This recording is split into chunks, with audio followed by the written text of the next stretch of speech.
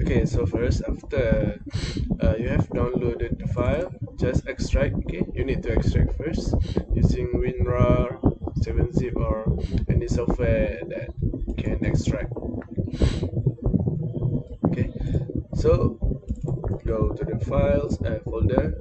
Okay, first install the main file first. Okay, this file.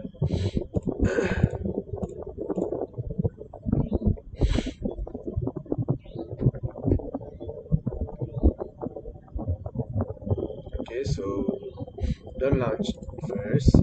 Click finish. After that, go to kitchen.rar. Okay, extract again.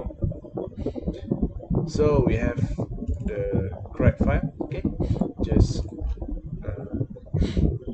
this is the key. Okay, generate. We open the photomatix. So click register.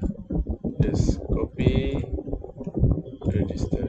Okay, so we have registered.